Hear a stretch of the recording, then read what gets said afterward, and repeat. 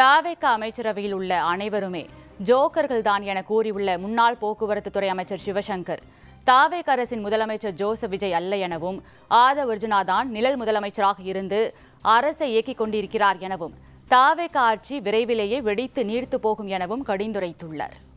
இவர்களுக்கு எந்த அளவுக்கு இவங்க கிராஃப் மேலே ஏறிச்சோ அதே வேகத்தில் கீழே இறங்கி கொண்டிருக்கிறது.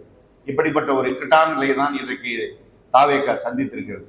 ஏன்னா தாவேகாவில் இன்றைக்கு யார் முதலமைச்சர்னா விஜய் அல்ல, ஆதவ் அர்ஜுனா தான் பின்னாடி இருந்து நிழல் முதலமைச்சராக இருந்து இயக்கி கொண்டிருக்கிறார் என்பது இன்னைக்கு பட்டவர்த்தனமாக தெரிந்துவிட்டது. இது நீடித்து நிலைப்பதில்லை. இது ஒரு நீர்க்குமிழி போல. இப்போ நீர்க்குமிழி வந்திருக்கு, அது பெருசாவது வெடிக்கும், அவ்வளவுதான். இதே வாக்குகளை அவர்கள் மீண்டும் வாங்க முடியாது என்கின்ற காரணத்தினால்தான் அதிமுகவில் இருக்கின்றவர்களை எல்லாம் வலை வீசி பிடித்துக் கொண்டிருக்கிறார்கள்.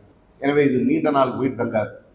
அதை இன்னும் என்ன மோசமான நிலைக்கெல்லாம் பார்க்க வேண்டுமோ அதையெல்லாம் இன்னும் நாம் பார்க்க தான் இருக்கிறோம். ஓரிரு அமைச்சர்களை பற்றி இங்கே நம்முடைய ஜெயகொண்டன் அவர்கள் சொன்னார், 13 சீட்டும் ஜோக்கராக இருந்தால் என்ன பண்ணுறதும்பாங்க. அது மாதிரி அவன் போட்ட அமைச்சர்கள் எல்லாமே ஜோக்கராக இருக்கிறான்னா என்னதான் பண்ணுவது தெரியல.